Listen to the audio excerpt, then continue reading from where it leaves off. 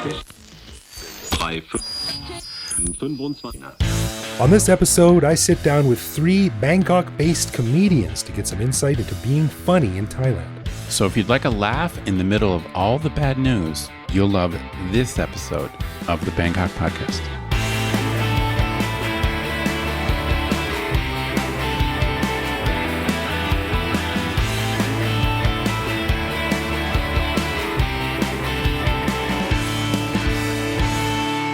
Sawadee Songkran, and welcome to the Bangkok Podcast. My name is Greg Jorgensen, a Canadian who came to Thailand in 2001 and going by the giant tomato on top of my shoulders has yet to learn the true value of SPF.E6 sunblock. Instead of a white glare, it's a pink glare. My son calls me Tomato Head, if that's any indication. And I'm Ed Knuth, an American who came to Thailand on a 1-year teaching contract 20 years ago, fell in love with trying to remember the formula for converting Celsius to Fahrenheit, and I've yet to remember it, so I've never left. Don't you divide by 32 horsepower and a quarter watts or something? Something times 5/9, or seriously, I find myself in this situation many times. I can't do it. I'm a Fahrenheit guy. I can't handle this whole Celsius world, even though it makes sense. I'll tell you something funny about this whole thing is, as an American, I have a very clear memory, and it's amazing. In the 70s, I swear to God, I should look this up. I remember being in grade school, and them teaching us the metric system. Really? And I swear to God, they told us America's going to switch in 1980. I think there was a plan. I think there was like a movement. You know, it was like a thing where it's like, okay, America's finally, we're going to switch over and we're going to join the world. Because I remember being taught this. It was derailed by big imperial. I don't know what happened. I swear to God, I remember being taught this. I remember being taught that we're going to go metric. You know, in school they actually told us like the value of the metric. It wasn't like they were dissing it. They were like, okay, this is the world standard. It makes more sense. It's more logical. Right. And I remember being like, oh, cool. Like, let's join the world, and then we never did. And it's just like the America, Liberia, and North Korea or something. That's like right. That, I can't. Honestly, this is another example of, or actually, you and I have talked about, signs that you've been in Thailand a long time when you start doing Thai things, whatever. I'm telling you, man, I can't. I still think in pounds and Fahrenheit. I can't make the conversion. I can't. Well, once you start weighing things in stone, it's just you're gone. Oh, then you're gone. Too far gone. That's right. All right. We want to say a quick thank you to one of our patrons, Helene Toivonen, who supports us at the show shout-out level. Stick around after Greg's interview with 3 Bangkok-based comedians, guaranteed to be funny, to hear how Helene gained entry into an ultra-exclusive expat group on Facebook. And a huge thanks to all of our patrons who support the show. Patrons get a whole bunch of cool stuff, including our ad-free regular show a day early, behind-the-scenes photos and videos of our interviews, discounts on swag, which you can find on our website, and various other things that aren't available to regular listeners. But best of all, patrons like Helene also get an unscripted, uncensored bonus episode every week where we riff on current events and random topics. We just finished recording this week's bonus show, and we chatted about a weird COVID poster a friend saw in Hua Lamphong train station, Greg's recent trip to Koh Samui, Thailand's creeping, lurching COVID vaccination program, and a listener email with some advice on how to lighten up our love, loathe, or live with segment. To become a patron, head to bangkokpodcast.com/support. Maybe we should change it to love, loathe, live with, or lighten up. Just throw a couple more L's on there. All right, but before we jump into it, Ed, you'll find this interesting. We want to mention one of our listeners named Vicky Graff. She sent us an email that said, I've just listened to your latest episode about expat hierarchy. You mentioned a couple times how people never explore their own hometowns or even cities once they've settled in, like how New Yorkers don't visit the Statue of Liberty. Now, a friend of mine has actually come up with an entirely non-scientific term for this phenomenon, which he calls the residential bias. Ooh, I love it. As I'm very familiar with the notion of not exploring something because, it's right in front of the door and you can do it anytime you want to. I love the term and wanted to share it with you in case you might ever find it useful. Residential bias. I like it. Yeah. You know, this reminds me of sometime a long time, but this is, again, it's probably 15 years ago, where I was with a big group of people, and they were like friends of friends, and there were some tourists there. And these tourists, both male and female, wanted to go to Nana Plaza, wanted to go to like a red light district. Yeah. And I remember chatting with one of the girls, and she was Dutch. And I'm like, wait a minute, like Amsterdam? Like, isn't like Amsterdam famous? You know, I'm like, isn't like a red light district, isn't that like a thing? And she was like, she's like, I never go there. And what, you know, she's like a local. So that's like a tourist thing. So it was a really big deal. She's like, finally she can see like a red light district. Finally. And she's from Amsterdam. It's not entirely subjective though. I mean, like, what do a bunch of idiot drunken cowboys back in the late 1800s, how can that compare against elephant battles in the 13th century between Ayutian kings? You know, like, I think there's a pretty big chasm there, but True that. Well, thanks for writing, Vicky. That was cool. All right. Well, this episode is one that I've been wanting to do for a long time. Longtime listeners of the show may know that I used to perform stand-up comedy back in Canada and even tried my hand at it here in Bangkok a few times back in the mid-2000s. But back then, the comedy scene was anemic at best. But over the past decade or so, stand-up in Bangkok has gotten a shot in the arm. So I wanted to find out why now, what changed, and get some insight into the Thai sense of humor. So I sat down with 3 Bangkok-based comedians, Canadian Justin St-Denis, Thai-American Chris Raufheisen, and Thai Tana Sukke, to hear how they came to do comedy, dealing with woke culture, performing in a second language, and why Thai comedy has so many damn sound effects. Now, before we start, fair warning, this show's a bit more adult in nature than our regular shows, so you might hear some naughty language, but nothing too shocking. So here is my awesome, funny interview with Justin, Chris, and Tana.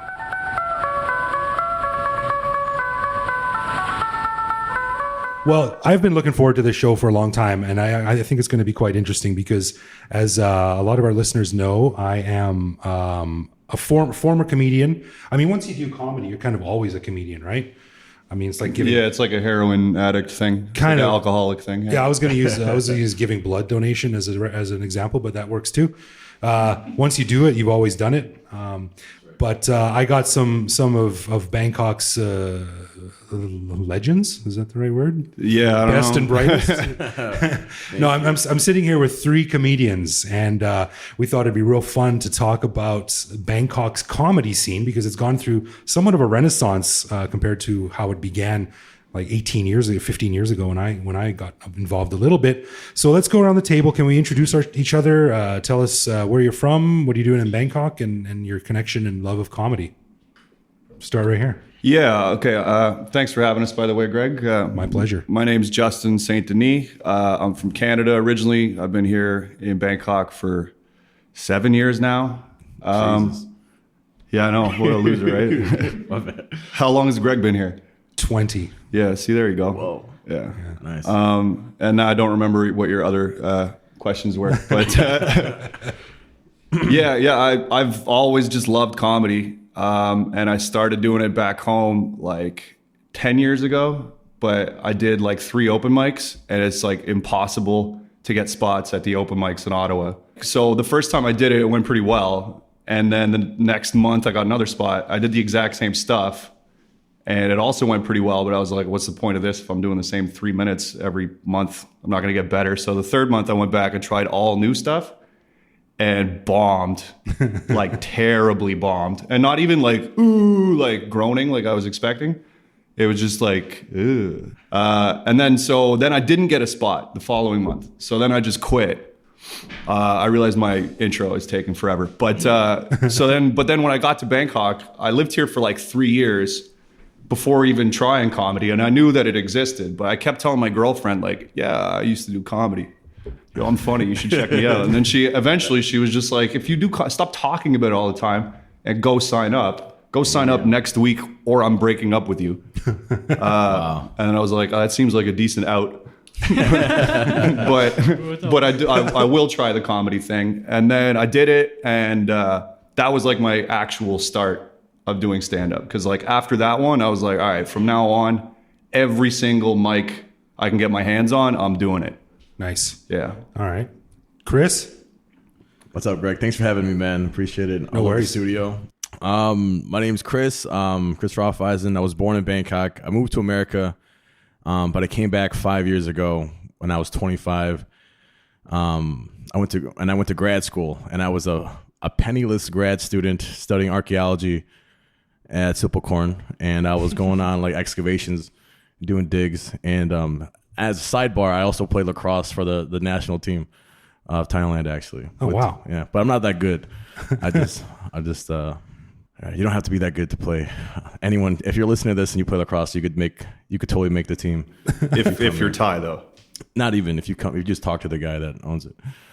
I always wanted to be a comedian, but it was never in my. I grew up near Chicago, and it was never like I was like 20 minutes from downtown, but I was never in my immediate circle of like my community. It was never there's never stand up. There's never like an opportunity, or I never saw advertisements. I never really looked for it because I didn't know it was really out there, or I didn't know it was an option really.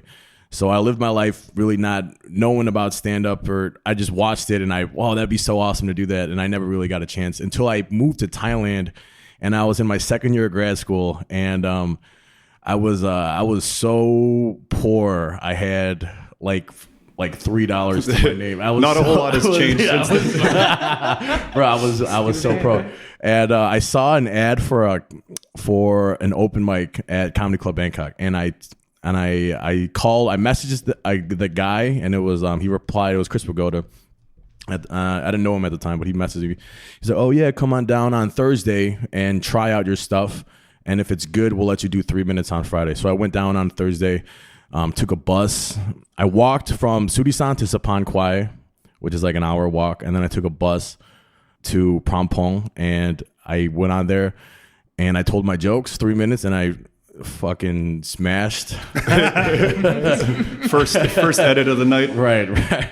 So they invited me back the next night. So I'm like, shit, where am I gonna find $3 to come back? That was your big worry, not the new Bro, set. I was so broke. It was terrible. Not the new set. It's like, oh my god. I can't afford to get on the number 34 I had a bus. part-time job at Food Panda, and my mom was actually a manager there, and she fired me.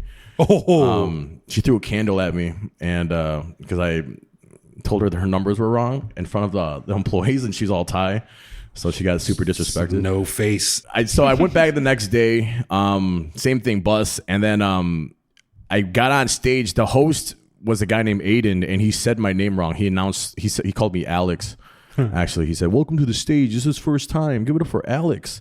And he pointed at me, and I got on stage, and I'm like, my name's not Alex, it's actually Chris. And then everyone started laughing, and then I immediately felt like, this is it, dude. Like, this is what I want to do till I die, for sure. And then I just kept, and then I took a bus home at like 2 a.m. It was great. And then eventually I dropped out of graduate school, and then started an open mic with Justin, and that's Raw Comedy, and we've been growing and hitting that mic every Wednesday since, pretty much, and doing shows everywhere. Yeah. Awesome. Yeah. Awesome. Yeah. Thanks, Tana? Thanks for having me, Greg. Oh, my pleasure. Thank you for coming down. As a token Thai person here. My name is Tana, and I started doing comedy almost 2 years ago. This guy were there, actually. It started by as a fan, because I came to the show a lot, like almost every week. And for my university, I had to do a project where, like, my English class, my professor want all the students to like go to the public place, and like interview foreigner. Oh yeah. Yeah. I've been the something like subject that. of those before. Oh yeah. And I had this idea. I was like, I know this guy from the comedy scene. Instead of like interview, can I like perform on the stage? Whoa. That's badass. I mean, it's a group project, and it's actually the other person in my group that had to be on the stage, not me. Oh, really? Yeah. But on that day, I had to interview Justin and I think Jackson, right? And then the person that's supposed to be on stage, like, call in and like, I'm at the hospital. I got sick. I cannot be there. I was like, so I just like wiped out my phone and write like 30 minutes before the show. Oh, so you were like the pinch hitter. Yeah. The substitute. Oh my God. And it was... Which is weird because usually Tana's a catcher. Nice. Yeah. I was like, okay. And I wrote my first ever set 30 minutes before the show. And this guy let me on. And it was fine. It was not bad.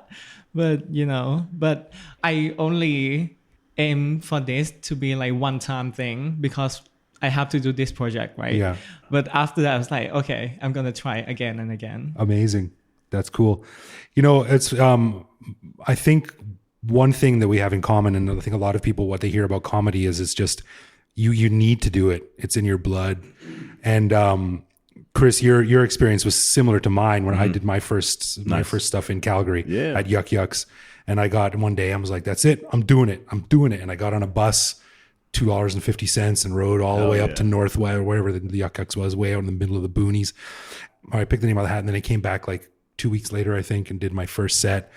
It was all right.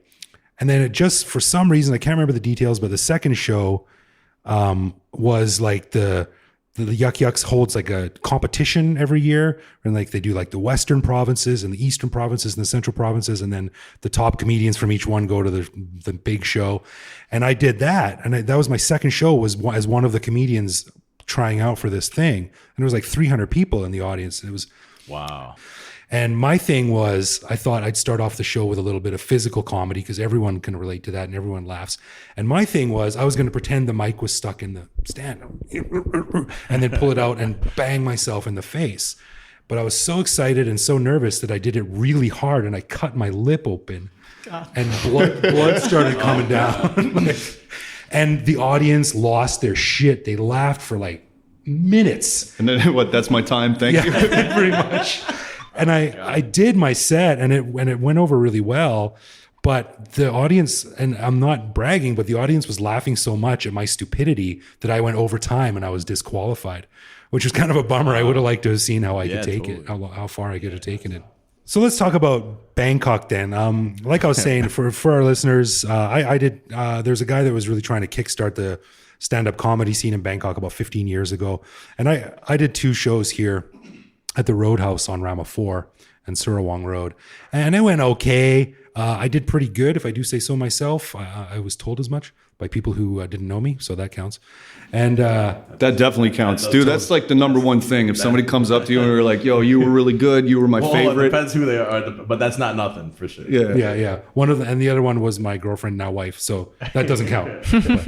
But it was pretty awful. Some of the comedians there were like offensive, and I don't mean like comedians are supposed to be offensive, but these guys were like personally offensive to the girls in the audience, calling the girls prostitutes and stuff. And a lot of them were just not funny. And there was very much a case, it seemed to me, of, oh, I could be a comedian. It's easy. Just get up there and talk for a few minutes. No problem. Ain't the case. So we did 2 shows and it kind of just died out. And I didn't really sort of start seeing comedy on the radar in Bangkok as a regular thing until 5-6 years ago. Is that timeline about right? So talk to me about what the scene is like now, and when did it start, and why was it ramping up? Is it just a changing appetite for Thai people, or more cosmopolitan crowd in Bangkok? What's up? Dude, so Chris and I started at around the exact same time, but he started at Comedy Club Bangkok and I started at the Live Lounge. Here's the funny thing. I had one show at Comedy Club Bangkok, and then I went to Live Lounge like a week after. Yeah. And then I met Justin. And that was my second show there. That was his second show there. And then Justin thought I was a Native American. I was pretty drunk. I was like, yo, bro, are you Native? Because he has long hair and he's ambiguously ethnic. I know there's no video. And then he tried to give me a blanket, dude. How crazy. And then he tried to give me some blankets. It'd be nice to the guy that showed up on the bus. Smallpox blanket, bro. Yeah, dude. It's a nice blanket. But what I was going to say though, hold up though, because so my first show, it was like a combination of comedy and music. So it was like half of it was comedy and half of it was open mic music, and there was a like pretty decent sized crowd there. And I remember like my first show, like all the comedians were like pretty bad, And I immediately in my head, like, no offense to any of them. And actually the headliner did really well later on. But at the beginning of the show, I was like, dude, I am going to like be the funniest comedian in Bangkok, like in no time. Super arrogant. Is that what Chris said about lacrosse? Like, Yeah, no, but that's the thing is it's like, it's such a small pond that it's kind of like anybody, and you're like talking about how people just, it's just talking on stage. I could go up there and do that. Here it kind of is that. And it's so easy to get stage time, but I'm getting ahead of myself a little bit here. But so anyway, the first show I did went super well. And then everybody was like, oh man, you're so funny. It's like so good to have a new guy that's so funny like that. And then my second show also went kind of well, but then Chris went on after me.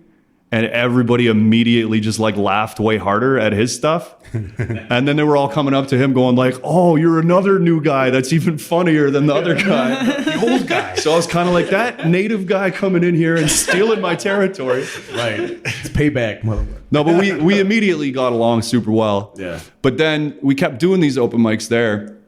And Comedy Club Bangkok, by the way, has been going strong for quite some time now. But they do shows, you can only get on like once a month. So before me and Justin did comedy, there were two comedy factions. There was a comedy collective called Bangkok Hilarious, which was like a collective. They didn't have a set location, but it was run by a Brazilian dude named Leo. And then he was in rivalry with Comedy Club Bangkok. So when we joined the scene, there was a rivalry. There was a split in the scene. There was Comedy Club Bangkok with Chris Pagoda. And they would like fight. We had to like almost pick. They wanted us to pick. I feel like they wanted. At the time there was like, if you did this place, you couldn't do that place. It was very split down the middle. It was like Biggie versus dude. It was Totally. It was ridiculous. Too white It was to so be making ridiculous. But then like statements like that. But when me and Justin showed up, I feel like we were the first people to like kind of like bridge that and just do both.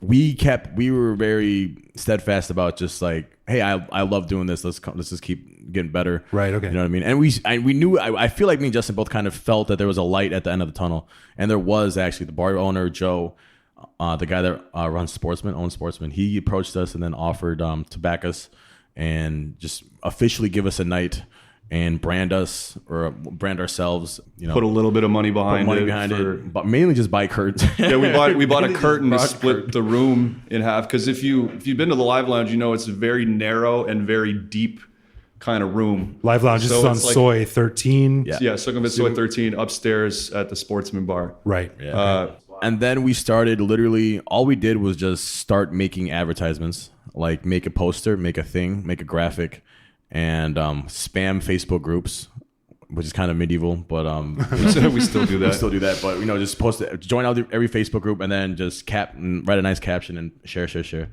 And you know, first we didn't charge anything, and then we had enough people. Was like, all right, maybe, and now we're good. And then more people came and joined our community, and like, you know, now we got 10 people on the lineup instead of 5, or we got maybe 11, 15 people coming, showing up. And people trying it out, and it was just literally just building a community, because there was comedy. Like Comedy Club Bangkok is a venue, but it's a showcase venue. So it's like it's for finished products, polished sets. There was no place to really refine material or anything like that, and that's kind of a space that me and Justin created. And at the time, there was also like Jonathan Sampson was running shit on Khao-San. Oh right.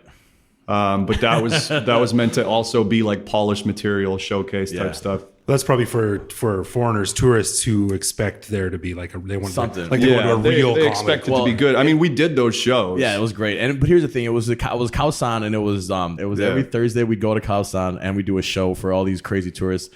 So here's the thing: John ran this room, and in order to get 5 minutes, we'd have to go flyer for 2 hours. We'd have to go pass out flyers for 2 hours on Khao-San. Yeah. Approach random strangers. We call it barking. We became I'm a master at it, dude. I could you know, make anyone take. What are you talking about? You would just like hit on every girl that walked by. Every Asian girl that walked by. Hey, why are you so beautiful? You want to come to a show? Like, excuse me, you dropped this. Hey, what's your name? It's crazy. So it seems like maybe it was just pure tenacity and just keeping at it. Yeah, and totally. that and the just like in the beginning, yeah. When we just kept doing it, we built up like a legit community then we got new people coming in like Tana, and it just kind of like some people come and go, but then there's a core that's kind of been around for the last like over 2 years kind of thing. And then of course before you have if you can call me and Justin like Zeus and like Hera, and then before us were the Titans, and those were like that's like John Samson and like Pule and like those guys at Chris Pagoda, and then we give birth to like Mars and like who does Zeus like Mars? Zeus fucked everyone. Zeus has kids. Who's following this analogy? Right. But then after I'm saying the next generation of gods or the next generation of Greek gods, that's like Tana's generation. Right. It's like Tana and Framey. Who else? Tana. Who else? Well, Rick. Yeah, Rick. Totally. I love this analogy, by the way. It's awesome. Yeah. Wait, you're Zeus and I'm Hera. So yeah, you're Hera's a chick, right? yeah, or Minerva. Is that her name? I don't know. I should have looked this up. Sorry. Tana, you are Thai, and English is your second language. Yep. What's it like doing comedy in the second language? It must be a real challenge. It is. I mean, I love speaking English. I love the English language. Like since high school, I learned from like show, movie and stuff. I'm not a good student in school, but it is hard because when you can speak English, you can understand English, but make a funny joke in English is very hard. Consider like language barrier, the timing, the original material. It's super hard for me, at least. Like I know a lot of Thai comedian. Their English skill is not as good, but like they're still trying hard to do it. I can't imagine how hard it is for them to do it. I mean, it's nerve-wracking enough to stand up in front of an audience of your native language, but yeah. And we talk about this on the show previously, my co-host and I, and we say like to really understand a culture, speaking a language is one thing, but if you really want to get it, you need to understand pop culture, and you need to understand to a somewhat lesser degree the sense of humor. Because like if I say, hey, Justin, hey, you're such a Gilligan, like native speakers would know what that means, but people who don't get that reference. Dude, I barely know what that means. There might be a generational divide here. But it's not a compliment. Sure. Like I always say to my friend that if you can make joke or like at least like use the language of the now, if you can make memes in English, your English skill is kind of there. Really? Yeah. tough like one. Thai humor and like English language humor is so different. I try to do comedy in Thai once, and I try to translate my English joke into Thai, and it's so hard to make it work. Really? Yeah, because the timing, the difficulty of translation is not the same thing. Right. What do you think the Thai sense of humor is like? Because from a foreigner's perspective, it's sort of, I don't know, juvenile might be the wrong word, but It's all like slapstick. That's right on. Yeah. sound effects and doyoyoing and stuff like this. And, I remember a previous guest on the show was Kun Natapanu from the Public Relations Department of the government. And, and he put out a video, the Public Relations Department put out a video a few weeks ago about the COVID situation, and they were updating people. And it was a very well done video. It was well shot. It was well edited, but it was, like some guy would blink and it would be like doink, doink, and sound effects and goofy little things all through it. And a few people, including me on Twitter, commented like, this is a Thai language with English subtitles for an international audience. And it's not going to, because looks like a kid's video. So it's, what's up with Thailand? Why is Thailand so unfunny? I mean, It's because we're ridiculous. yeah. I mean, from my personal experience as Thai person, I think Thai people are genuinely funny in their in normal situation. That's why when it comes to something in the media, we try to add more to it to make people know that this is the bit that you support to laugh. So it's like a built-in laugh track. Yeah. Right. So they're prompting you. Like Yeah. instead of the Conan O'Brien Yeah. having the applause sign that lights Yeah. up, it's like a doink. Yeah, I think Thai people have a lot of Thai people have sense of humor, but when it comes to movie commercial, you kind of have to point the Right. bit out. So the biggest Thai comedian that I know is Note Udom, who just yeah. had his special on Netflix, which is a pretty big deal, I think.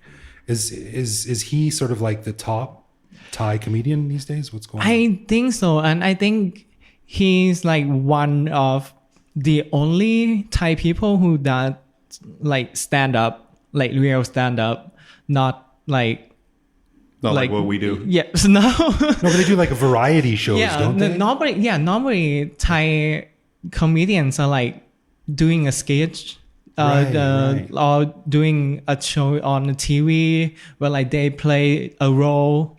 But Note Udom is the one that actually doing stand up on the stage, telling a story, doing a one-man show. Right. Yeah. So it's kind of new concept for Thai people actually. Interesting.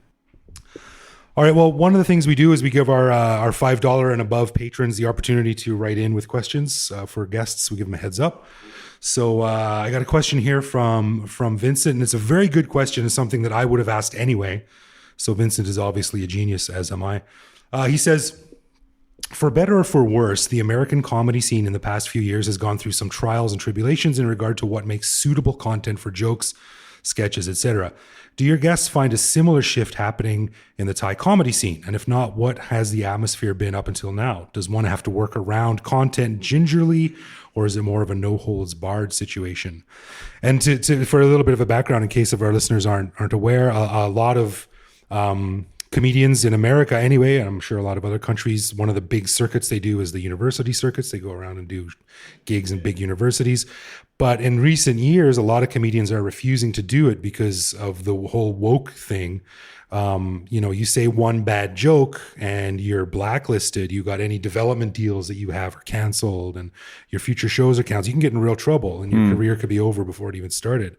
And a lot of comedians are very scared now about pushing the envelope, which I think is a shame, because going back 1,000 years to the court jester, that's what comedians do. They poke and they test and they say inappropriate things, but it's getting to the point now in the West where you can't do that anymore. So what's it like in Thailand? So what are they going to do? Take raw comedy away from me and Chris?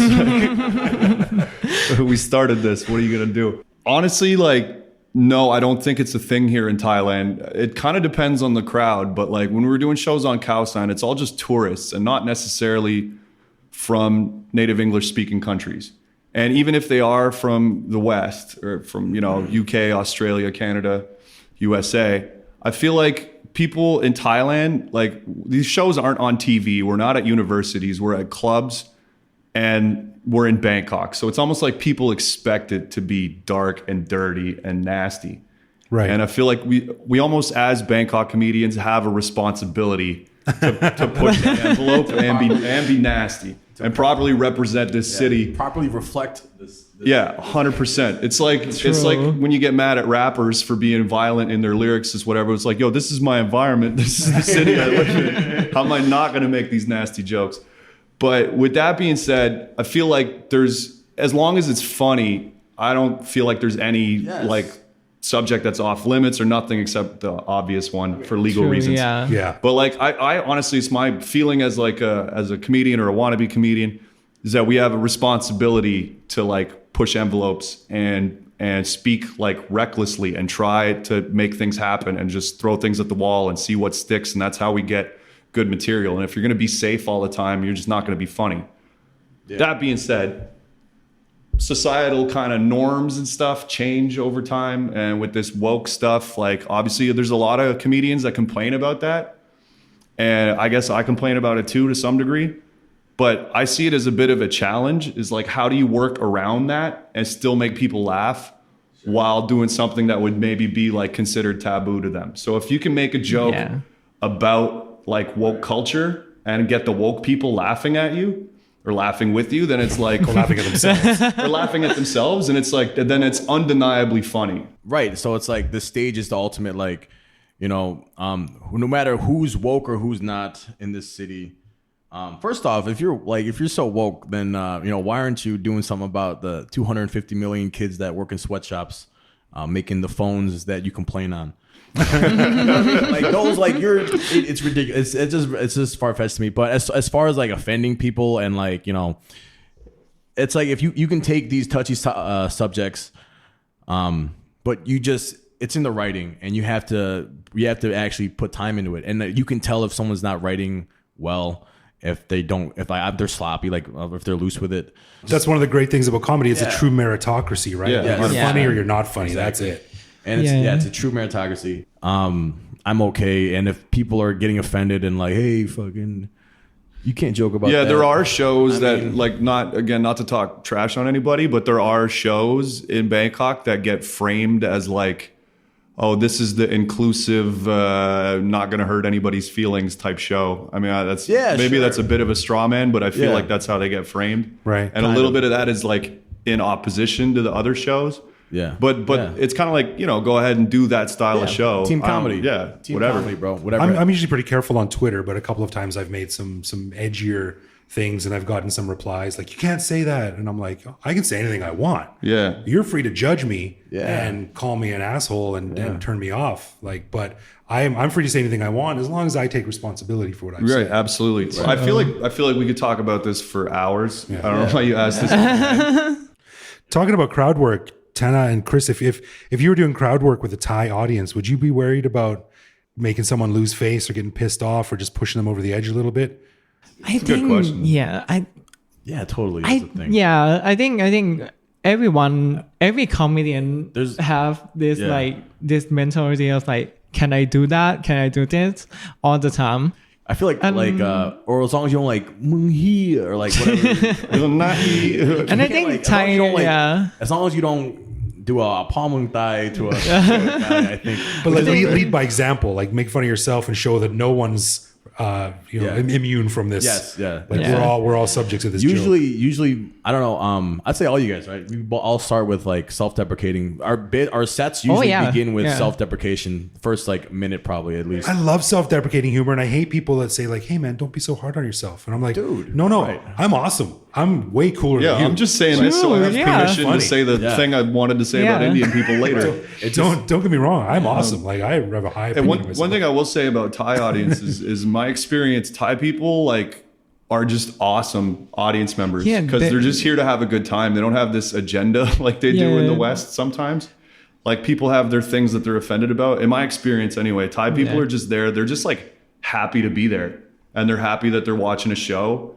And if there's any joke that's like at their expense or anything, they're just kind of like happy that they got it. They're good like, sports usually, from what I've seen. Cool. Thai people are also very forgiving.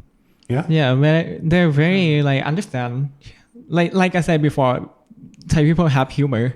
Yeah. Yeah, they know like if it's supposed to be funny, but they don't find it funny. They'll just be nice and laugh even when you're not funny. Well, guys, let's wrap it up here. We've been talking for a long time. This has been awesome and hilarious. I could keep talking all night, but tell me more about Raw Comedy. Where can people see you and what's the deal? Yeah, Raw Comedy, Bangkok's only weekly open mic show every single Wednesday. We've been going 8 strong. p.m. Going strong for 4 years now. Going strong for 4 years now, bro. Yeah, so every Wednesday, 8 p.m. at the Live Lounge on Sukhumvit 13. If you're interested in doing comedy, please shoot us a message.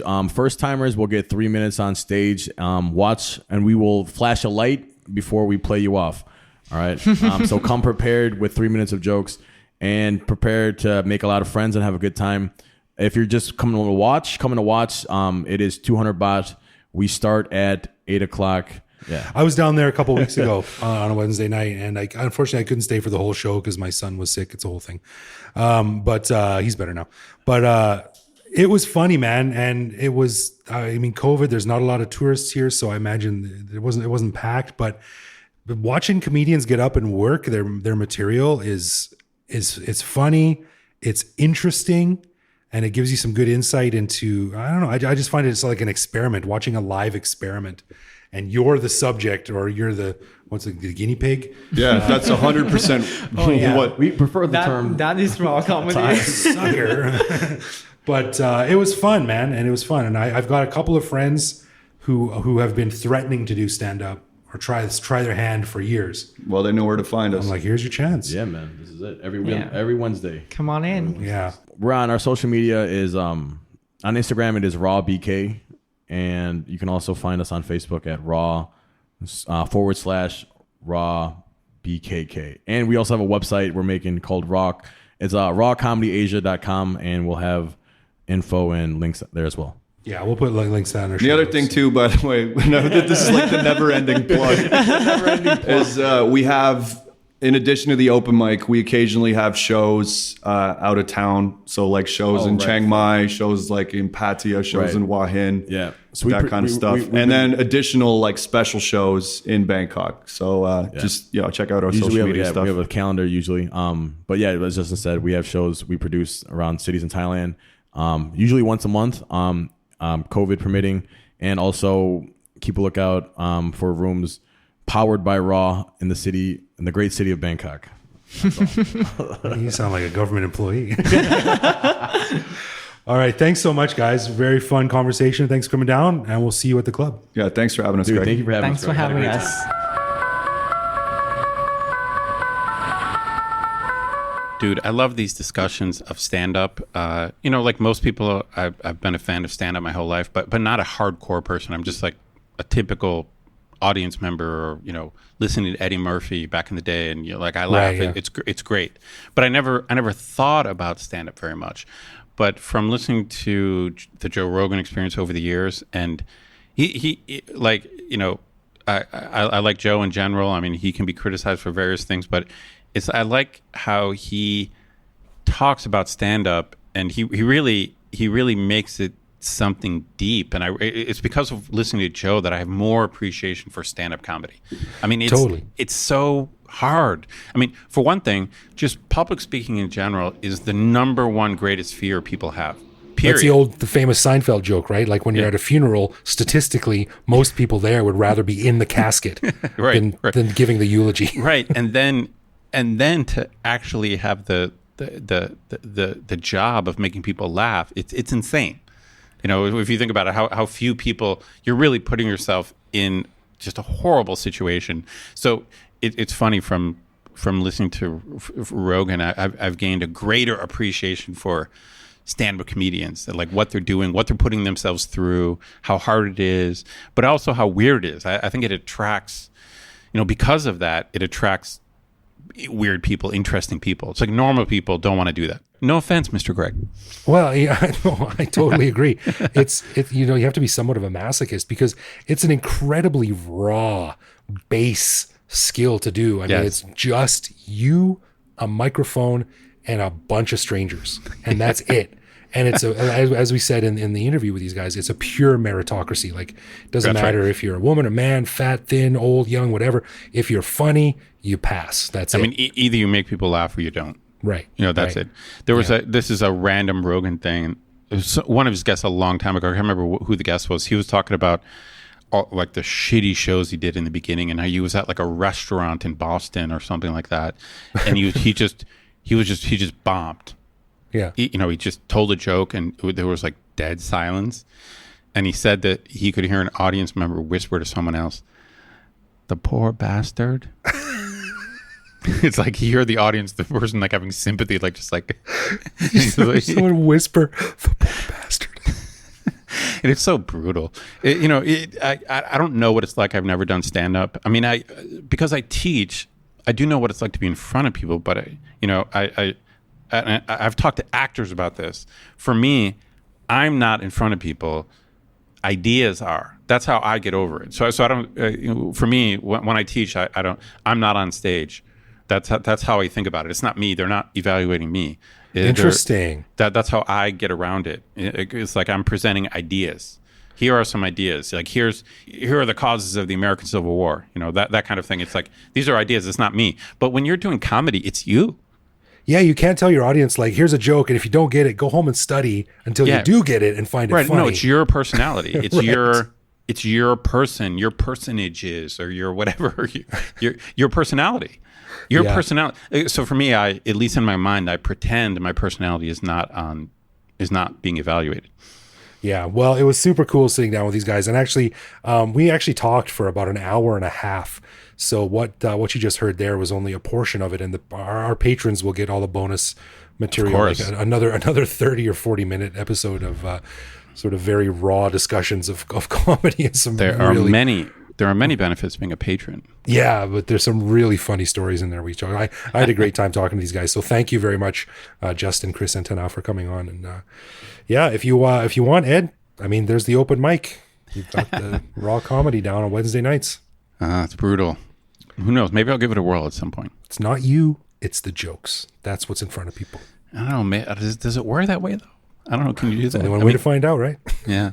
When I talk to my actor friends, one of my actor friends said that, this is the way actors get over it, is that they're playing a character, so they are not being evaluated. Like, it's not me. It's like they're pretending to be someone else. So it's not me. But if you're a comedian, I don't know, man. It's your personality. That's what's either you are funny or not. Because I bet different comedians could take the same joke, and some can make it work, and others not make it work. Totally. Yeah. Right. But I remember, just as a side note, I saw you one time. I saw you do stand up, and I thought you were good, man. Oh, were you there down at the Roadhouse? I was there. Yeah. That was like in 2005. I remember one of your jokes actually was, I can't remember the whole thing, but it was about dealing with a Thai toilet and like leaning over or something. Am I remembering correctly? Yeah, that's a long story about how I was with my then girlfriend, now wife, and how I'm very, very lucky because I had a mishap with a squat toilet that didn't end too badly for my shorts and t-shirt. Oh, so okay, I'm remembering correctly. Yeah, so when was that? Oh, this was 2005. Wow, I remember that joke. So I remember one of your jokes from seeing you do stand-up. Hey, man, one of my jokes connected with one of my audience members, and that's what matters. Apparently that's true. All right, let's get into some love, loathe, or live with, where one of us picks a particular aspect of life in Bangkok, which we then discuss and decide if it's something we love about living here, loathe about living here, or have come to accept as just something we have to learn to live with, no matter how we feel about it. This week, Edward, it's all you. All right, Craig, I got a very timely and simple question for you. What's your take on the monitor lizard, prominent in Thailand, prominent recently in viral videos? What's your take? Scared, disgusted, cool? One could almost say, do I love them, loathe them, or have to live with them? I love them. We agree. I think they're the coolest thing ever. I think they're so cool. They are like dinosaurs. Yeah. And they're not actually, I don't think they're that dangerous. I don't either. Now, of course, there's always famous last words, how did he die? Oh, he got bit in the face by a lizard. But I'm a big reptile guy. I used to have a pet snake in Canada. I love reptiles. I think they're beautiful, elegant, cool creatures. And these things, they're impressive animals, man. They are so cool. Like, that viral video, the way that thing crawled up the shelves, the way its body was curving, it's so cool. It's just something very primal and yeah, base about it, like it's really they're great, and they're not dangerous. They would never. They're not aggressive. Let's say. I'm not sure. I'd say they're. In some cases, I'm sure they're dangerous. Like if they're really hungry, if they're cornered. Yeah. But they're not aggressive. No, they're not. And it's funny because when I shared that viral video with my students, a bunch of my students responded like, Ajahn, I would have run out of there. Ajahn, I would have had a heart attack. And but that's a Thai cultural thing. It's like I think it's part of Thai culture that these lizards are very dirty and gross and disgusting, or I don't know. It's just because obviously it's an insult in Thai language, but I think in Thai culture they're just seen as very low. Like, and it's funny because you describe them as base, and you're right. Like they're seen as low and dirty and gross. I think they're sort of seen like dogs in Islamic culture, just like these dirty animals that are gross and but not worthy of anything. Yeah, I just think they're cool. I think they're cool. No, I agree. Love on those. Love. I might be different if, like you said, one was really hungry and it was chewing my face or something. But right. But they're super cool. It's funny, on the bonus episode, we talked about an email we got from a listener who said that we don't have enough positive love, loathe, or live withs. And here we go. There we go. Monitors. We both like the Southeast Asian monitor lizard. Here's an extra trivia question, and I don't expect you to know this, but do you happen to know their scientific name? I do not. No, it's Varanus salvator. Oh, cool. Salvatore. Is that something to do with saliva? That sounds weird. I don't know. Maybe it's something to do with Dali. Salvatore Dali? No, it's not the same thing. See, I know that, and how a lightsaber works, but I don't know the quadratic equation for actually knowing information that could make me money in a career. But all right, well, okay, so we'll have to go both love on that. Love. So, as we mentioned at the beginning of the show, we'd like to say thank you to Helene Toivonen for lending us her support at the show shoutout level. And Greg, what did you find out about Helene? Yeah, well, as it turns out, actually, Helene has got a really interesting story, and she also poses a question to us, which we might discuss. But she says she's originally from Estonia, but she has lived almost the last 2 years in Yangon, Myanmar. And she said that she remained the first and only member of the Facebook group Estonians in Myanmar. So that's great. That's pretty hyper specific. Yeah, that's a quick shortcut to become the queen of your castle kind of thing. Like, I'm the boss of this group, but I'm also the only person. She says she moved there with her Finnish husband to teach in a small local Christian theological institute, which is very interesting. She said before moving there, we'd never been to Southeast Asia before, so it was quite a culture shock, but I really fell in love with Myanmar and the people there. Yangon has such a unique and charming atmosphere of being locked in time.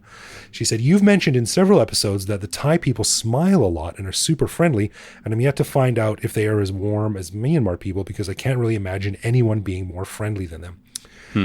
She said, but at the same time, it's such a paradox because the highest level of poverty exists here, and so many smiles are just everywhere. I'm wondering if there's something that gets lost in cultural translation. I notice when people talk about something tragic, they often laugh at the same time. It has been rather bizarre, especially recently after the coup, to hear people talking about how many people have been wounded or killed that day, and they either still smile or laugh out loud nervously. And she said, how is it in Thai culture? Have you noticed anything similar? Well, I think we've talked about that. I think that is true. Yeah. It's like the cliche, I think, in Bangkok is, a tuk-tuk driver or a motorbike guy almost kills you, and then he just looks and smiles and laughs at you. Right, like, oh, sorry, kotoka. Yeah, like, you just almost killed you, and it just... Might be my... Yeah, right. Yeah, and I replied to an email to Helene, and I said, it's sort of like, for us, a laugh is a definite reaction to something that's agreed upon as funny. But here it's more of like a nuanced accent to a conversation. Like, it can mean a lot of different things. And That's right. we just have a hard time wrapping our brains around that. So yeah, it can mean a lot of different things. Whereas for us, a smile is like, there's only one way to interpret a smile or a laugh. I wish I knew more. I mean, I do know something about Burmese culture and stuff like that, but I wish I knew more about the differences between Thai culture and Burmese culture, or even like Thai Cambodian and Thai Lao. I mean, I know they're not the same, and I don't think they're the same. But to be honest, I'm not sure I could explain specifically what's different about the cultures of those countries. No, there's a huge amount of overlap between them. But but this is the U.S. Canadian problem. Where even worse is like the Japanese Korean problem, where it's like, from the outside cultures look similar, but then people in those cultures like, dude, it's not the same. You can't say that. Where are you from? Where in America are you from? And then I lose my flip a table over or whatever. Yeah. So there are differences, and I'm sure I could scratch and come up with some differences, but I wish I knew more about our neighbors. Yeah. Well, Helene is actually in Bangkok right now, which is what led her to find our show. She had to get out of Myanmar for obvious reasons. I'm glad she did, because it doesn't sound very safe there. But so she was obviously very happy there. Helene, thank you for your support. And we hope that your friends and coworkers back in Myanmar are safe. And we hope that things calm down there eventually so you can go back, because it sounds like you love it. And, for sure. Thank you for your support. And we hope you come to love Bangkok as much as you like Myanmar, although I imagine they are quite different. I used to have friends that lived in Myanmar, and they used to, this is 15 years ago now, and they used to make like monthly runs to Bangkok to buy bootleg DVDs on the side of the road. So I couldn't get that back then, but I think things have changed. I'm sure. Okay, a final thanks to our patrons who support the show. Patrons get a ton of cool perks and the warm, fuzzy feeling knowing that they're helping support the show. Find out more by clicking support on our website. And connect with us online. We're Bangkok Podcast on social media, bangkokpodcast.com on the web, or simply bangkokpodcast@gmail.com. We love hearing from our listeners and always reply to our messages. Yeah, you can also listen to each episode on YouTube. You can send us a voicemail online that we'll probably feature on a show, or even reach out to me directly on Twitter or Instagram, where I am BKK Greg. So thanks for listening, everyone. Stay safe, and we will see you back here next week.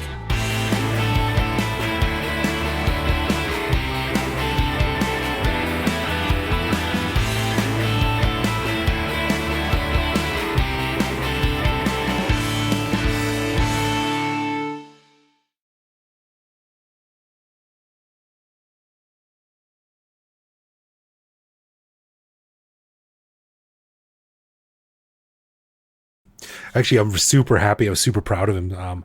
We watched Star Trek, the 2009 version, and he loves it. He's all about the Enterprise. Oh, really cool. Yeah. So he fired up Netflix and he sees like Star Trek Deep Space Nine, Star Trek Next Generation, Star Trek Voyager, Star Trek. But is he going to hate the earlier shows if he got juiced on the new shows? I don't know. So I'm like, man, you've got a whole lot of Star Trek to explore. And he's like, oh my God.